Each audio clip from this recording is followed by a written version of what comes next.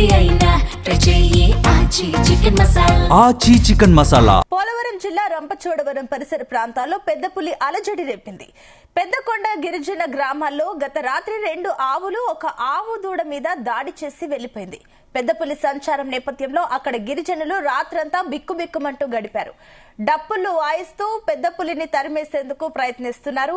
ఇవాళ ఉదయం నుంచి పెద్ద పులి భయంతో తమకు జీవనాధారమైన అడవుల్లో చింతపిక్కలు సేకరణకు వెళ్లలేక ఆవేదన చెందుతున్నారు. మరోవైపు పెద్ద పులి సంచారం నేపథ్యంలో రంపచోడవరం ఫారెస్ట్ అధికారులు గ్రామస్తులను అప్రమత్తం చేస్తున్నారు.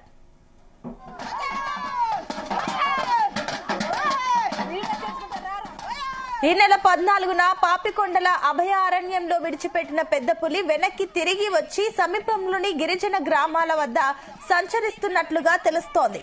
ఒకవైపు పెద్ద పులిని కాపాడేందుకు ఫారెస్ట్ అధికారులు ప్రయత్నాలు చేస్తుంటే తమకు ప్రాణభయం ఉందని అక్కడ గిరిజనులు వాపోతున్నారు. ఒక రకంగా ఈ పెద్ద పులి అటవీ శాఖ అధికారులకు తలనొప్పిగా మారింది. ఎక్స్ప్లోరర్ అనే పేరు పెట్టిన పెద్ద పులి పాపికొండల అభయారణ్యంలో విడిచిపెడితే సంతానోత్పత్తి జరిగి పులుల సంఖ్య పెరుగుతుందని అటవీ శాఖ అధికారులు భావిస్తున్నారు. రేడియో ట్రాకర్ ఏర్పాటు చేసి పెద్ద పులి వెళ్లే దిశను ఎప్పటికప్పుడు కనుగొంటున్నారు. అయితే పెద్ద పులి సంచరించే గ్రామాల వద్ద భయాందోళన నెలకొంది.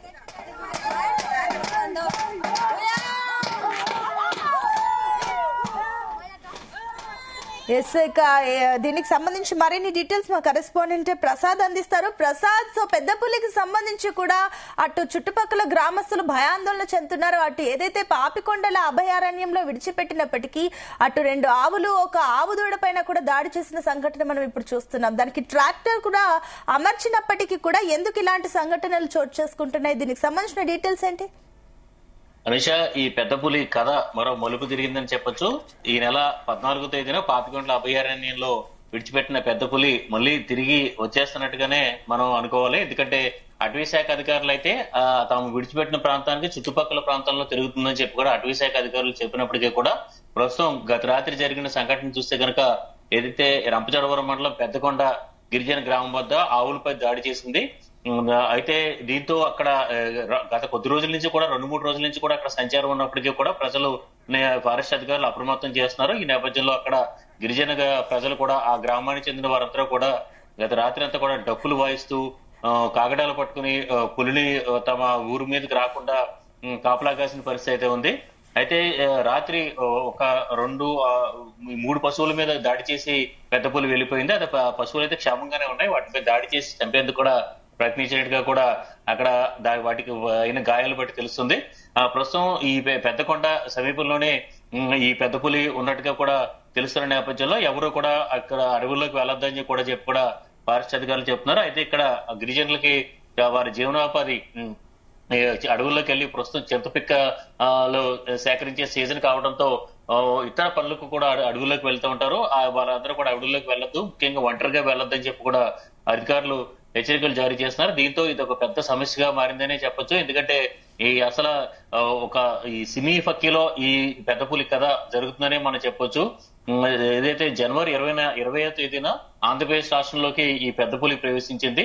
అంతకు ముందు చూస్తే కనుక ఛత్తీస్గఢ్ నుంచి బయలుదేరింది. తాడోపా అటవీ ప్రాంతం నుంచి బయలుదేరినట్టుగా కూడా చెప్పినప్పుడు కూడా ఎగ్జాక్ట్ గా ఫారెస్ట్ అధికారులు ట్రాప్ కెమెరాలను బట్టి గుర్తించింది. ఛత్తీస్గఢ్ రాష్ట్రం నుంచి బయలుదేరి తెలంగాణలోని కన్నాపురం ఫారెస్ట్ ఏరియా మీదుగా గత నెల 20న పోలవరం జిల్లాలోకి ప్రవేశించి అక్కడ కొంత బుట్టాయిగుడి ప్రాంతాల్లో తిరిగి అదే విధంగా తర్వాత అక్కడి నుంచి చూస్తే కనుక గోదావరిని దాటి పట్టిసీమ వద్ద గోదావరిని దాటి తూర్పుగోదావరి జిల్లాలోకి వచ్చింది.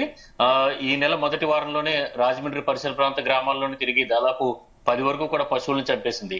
ఈ నెల 6వ తేదీన అత్యంత ఉత్కంఠగా సాగిన ఈ ఆపరేషన్ లో పూణే నుంచి వచ్చిన నిపుణులు ఎస్సీఐ గైడ్ లైన్స్ ప్రకారం ఈ పెద్ద పులిని కూడా బంధించిన పరిస్థితి అయితే ఉంది. బంధించి విశాఖలోని ఏదైతే టైగర్ జూకి తీసుకెళ్లి అక్కడే వైద్యాధికారుల సంరక్షణలో ఉంచి మొత్తం పూర్తి స్థాయిలో ఇక్కడ ఆంధ్రప్రదేశ్ కు సంబంధించి ఈ పెద్ద పులిని ఒక సంపదగా ఉంచుకోవాలని చెప్పి కూడా డిప్యూటీ సీఎం పవన్ కళ్యాణ్ కూడా అటవీ శాఖ మంత్రి కూడా అధికారులకు దిశానిర్దేశం చేశారు. ఆ క్రమంలోనే వాస్తవానికి ఇది నల్లమల అటవీ ప్రాంతంలో విడిచిపెట్టాలని అనుకున్నప్పటికీ కూడా నల్లమలలో ఇప్పటికే పెద్ద పులుల సంఖ్య ఎక్కువగానే ఉంది. ఈ నేపథ్యంలో అక్కడ అన్ని మగ పెద్ద పులులు ఉన్నాయి. ప్రస్తుతం ఇది 3 సంవత్సరాల వయసున్న మగ పెద్ద పులి కావడంతో అక్కడ విడిచిపెడితే నల్లమల ఏదైతే శ్రీశైలం నాగార్జున సాగర్ టైగర్ రిజర్వ్ ఉందో అక్కడ విడిచిపెడితే కనుక మళ్ళీ ఆ పులులతో ఇది ఘర్షణ పడుతుందని చెప్పి కూడా భావించి పాపికొండల టైగర్ రిజర్వ్ అంటే దాదాపు పాపికొండల అభయారణ్యం అంటే 1,00,000 హెక్టార్ల విస్తరించి ఉంది. ఈ పాపికొండల అభయారణ్యంలో దీన్ని విడిచిపెట్టాలని చెప్పి కూడా NTCA అనుమతి తీసుకుని ఈ నెల 14వ తేదీన ఒక ప్రత్యేకమైన వ్యవస్థతో దీన్ని విడిచిపెట్టడం జరిగింది పాపికొండల అభయారణ్యంలో గుర్తు తెలియని ప్రాంతంలో. ఎందుకంటే అది ఎక్కడ విడిచిపెట్టారన్నది కూడా ఫారెస్ట్ అధికారులు కూడా వెల్లడించలేదు. ఎందుకంటే జంతు వేటగాళ్ళు కావచ్చు, స్మగ్లర్లు బెదర్ దీనికి ఉండే నేపథ్యంలో అక్కడ విడిచిపెట్టిన పరిస్థితి అయితే ఉంది. తర్వాత 2 రోజుల తర్వాత దానికి సంబంధించిన వీడియోలు కూడా విడుదల చేశారు. చాలా ఆసక్తికరంగాను సంచలనంగాను ఆ వీడియోలు మారిన పరిస్థితి అయితే ఉంది. అయితే అక్కడి నుంచి చూస్తే కనుక ఆ పాపికొండల అభయారణ్యంలో ఆ ప్రాంతంలోనే ఉండకుండా దాదాపుగా ఇప్పుడు ప్రస్తుతం రంపచోడవరం ఊరుకోండి మళ్ళీ తిరిగి వచ్చేస్తూ రంపచోడవరం ఏరియాలోకి ఈ పెద్దపూలి తిష్ట వేసింది. దీంతో ప్రస్తుతం ఫారెస్ట్ అధికారులు అయితే ఏదైతే క్లియర్ గా పెద్ద పులి యొక్క ఒక మనుగడే తమ ముఖ్యం అనేది కూడా వాళ్ళ నిబంధనల ప్రకారం వాళ్ళు చెప్తున్నారని మనం అనుకోవాలి. ఎందుకంటే ఈ పెద్ద పులి సంచరిస్తూ ఉంటుంది, పశువులపై దాడి చేస్తుంది. పశువులపై దాడి చేసినప్పుడు అవసరమైతే దానికి సంబంధించి నష్టపరిహారం ఇచ్చేస్తాం కానీ పెద్ద పులి యొక్క సంరక్షణ అదేవిధంగా దాని సంతానోత్పత్తి ఇవన్నీ కూడా తమకు ప్రధానమని కూడా చెప్తున్నారు. ఇక్కడ ప్రజలైతే మాత్రం పూర్తిగా బిక్బిక్మంటున్నారు, భయాందోళన చెందుతున్నారు. అయితే ఫారెస్ట్ అధికారులు ఇప్పటి వరకు కూడా ఈ పెద్ద పులి ఎక్కడా మనుషుల మీద దాడి చేయలేదని కూడా చెప్పినప్పటికీ కూడా స్థానికంగా ఉన్న పరిస్థితులు బట్టి చూస్తే కనుక ఆ పెద్ద పులి యొక్క ఆకారం కావచ్చు, దాని యొక్క సంబంధించిన వీడియోలు కానీ చూస్తే కనుక భయాందోళన కలిగించేలాగే ఉన్నాయి. ఎందుకంటే దాదాపు 200 కేజీల పైగా బరువు, 9 అంగుళాల పంజాబ్ ఉన్న ఈ పెద్ద పులి దాడి చేస్తే ఏం జరుగుతుందని చెప్పి కూడా ప్రతి ఒక్కరు కూడా భయపడుతున్న పరిస్థితి అయితే ఉంది. ఈ నేపథ్యంలో ఇప్పుడు రంపచోడవరం ఏరియాలోని పెద్దకొండ గ్రామాలకు సంబంధించి ప్రజలకు ఈ ముప్పు అయితే పొంచి ఉంది. అయితే ఇందులో ఒక ఫారెస్ట్ అధికారులు కీలకమైన విషయం చెప్తున్నారు. ఈ పెద్ద పులిని విడిచిపెట్టినప్పుడు మాత్రం అత్యాధునికైన దీనికి ట్రాకర్ ను కూడా ఏర్పాటు చేయడం జరిగింది. అత్యాధునిక వ్యవస్థ శాటిలైట్ వ్యవస్థ ద్వారా అవసరమైతే వాళ్ళు ఒక యాప్ ద్వారానే ఈ పెద్ద పులి ఎక్కడుందో కూడా కనిపెట్టే విధంగా తాము సిద్ధంగా ఉన్నామని కూడా చెప్తున్నారు.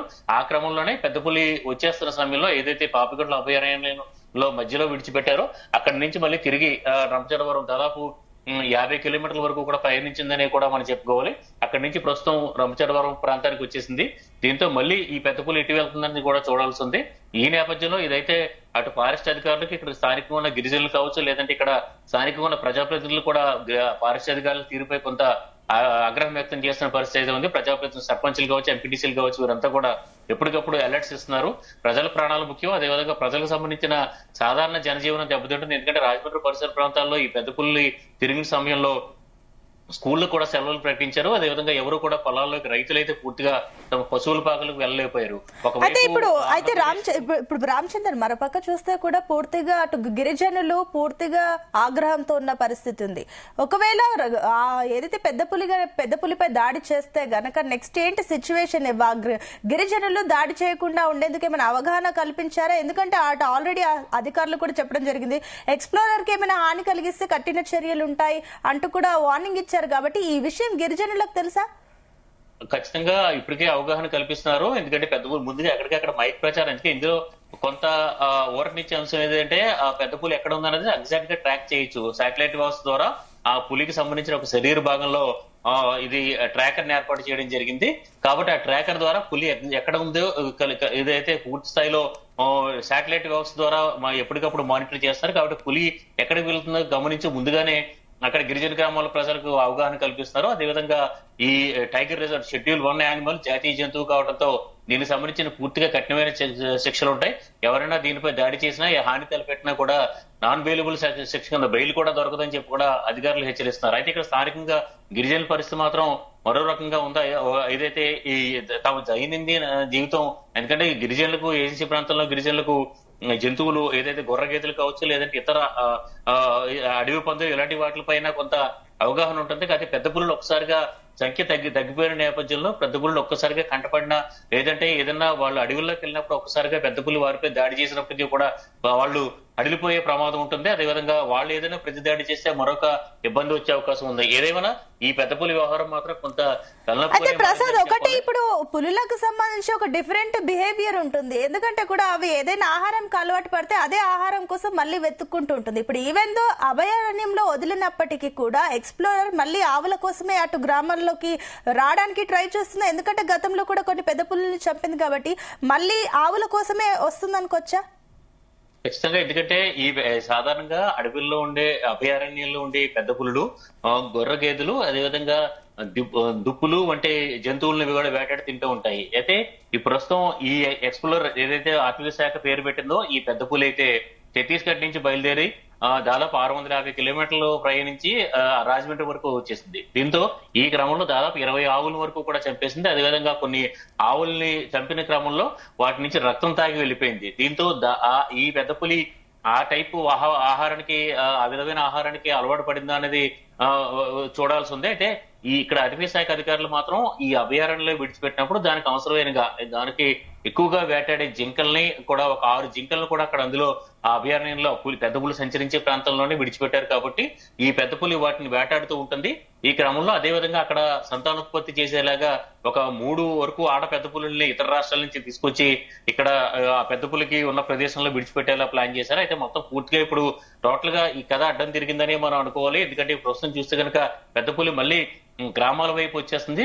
ఇప్పుడు సాధారణంగా గ్రామాల వైపు సంచరించినా పర్వాలేదు, ఏకంగా నేరుగా రైతులకు సంబంధించిన పశువులను కూడా దాడి చేసిన నేపథ్యంలో ఏం జరుగుతుందో కూడా తెలియని ఒక అయోమయ పరిస్థితి అయితే ఉంది. దీంతో పెద్ద పులిని మరొకసారి బంధించాల్సిన పరిస్థితులు ఉంటాయా అని ఒక ప్రశ్న కూడా తెలుస్తుంది. ఎందుకంటే బంధించి మళ్ళీ తిరిగి పాపికొండల అభయారణ్యంలో దూరంగా ఇటువైపు మళ్ళీ జనాలు ఉండే ప్రాంతం వరకు, ముఖ్యంగా గ్రామాలు ఉండే ప్రాంతం వరకు రాకుండా ఉండేలా చర్యలు తీసుకుంటారని చూడాల్సింది. ప్రస్తుతానికైతే మాత్రం ఫారెస్ట్ అధికారులు ఈ విషయంలో మాత్రం వేచి చూడాలన్నట్టుగానే ఉన్నారు. అది ప్రజలు మాత్రం కొంత చాలా ఇబ్బంది పడుతూ దైనందిన జీవితం ఇప్పుడు ప్రస్తుతం ఈ పెద్దకొండ గ్రామానికి సంబంధించిన వారు, చుట్టుపక్కల గ్రామాలకు సంబంధించిన వారంతా కూడా కొంత భయాందోళన చెందుతూ. అయితే ఇప్పుడు ప్రెసెంట్ ప్రసాద్, ఇప్పుడు రంపచోడవరంలో సిచ్యువేషన్ ఏంటి? వాళ్ళ గిరిజనుల సిచ్యువేషన్ ఏంటి? వాళ్ళకి పూర్తిగా జనజీవనం స్తంభించిపోయిన సిచ్యువేషన్స్ ఉన్నాయి కాబట్టి వారికి సంబంధించిన సదుపాయాలకు సంబంధించి అధికారులు ఏమైనా చర్యలు తీసుకుంటున్నారా?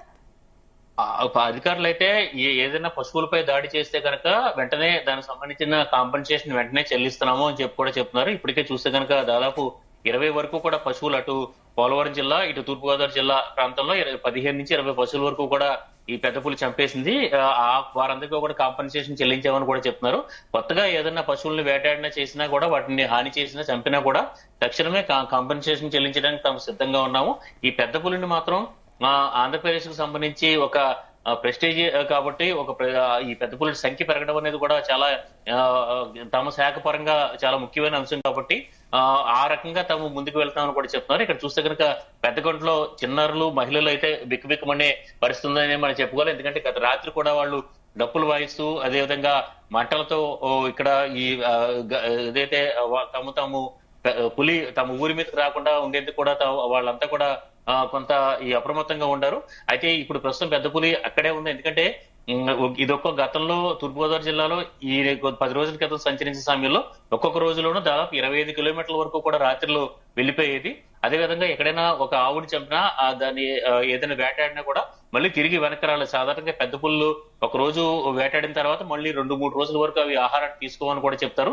అయితే ఈ మళ్ళీ తిరిగి రాలేదు కాబట్టి ఇది ముందుకు వెళ్ళిపోయింది. 25 కిలోమీటర్లు ఒక రాత్రిలోనే చంపేసిన తర్వాత వెళ్ళిపోయిందా అని చూడాల్సింది.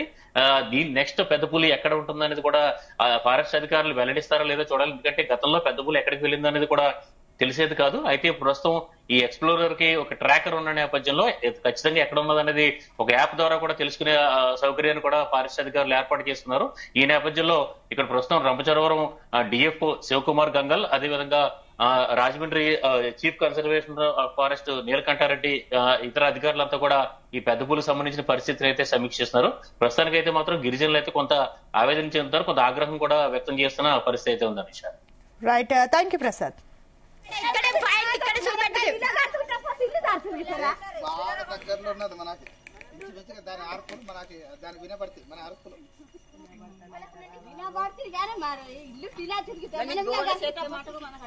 మీకు అందరికి తెలిసినట్టు పెద్ద పులి ఒకటి సంచరిస్తుంది మన ప్రాంతంలో.